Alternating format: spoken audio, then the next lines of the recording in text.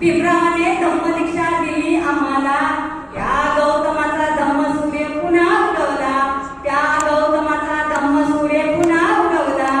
पाखरा रे पाखरा, पाखरा रे पाखरा, पाखर रे जाऊन सांग बोधी वृक्षाला, पाखर रे जाऊन सांग बोधी वृक्षाला, त्या गौतमाचा धम्मसूर्य पुन्हा उगवला, त्या गौतमाचा धम्मसूर्य पुन्हा उगवला.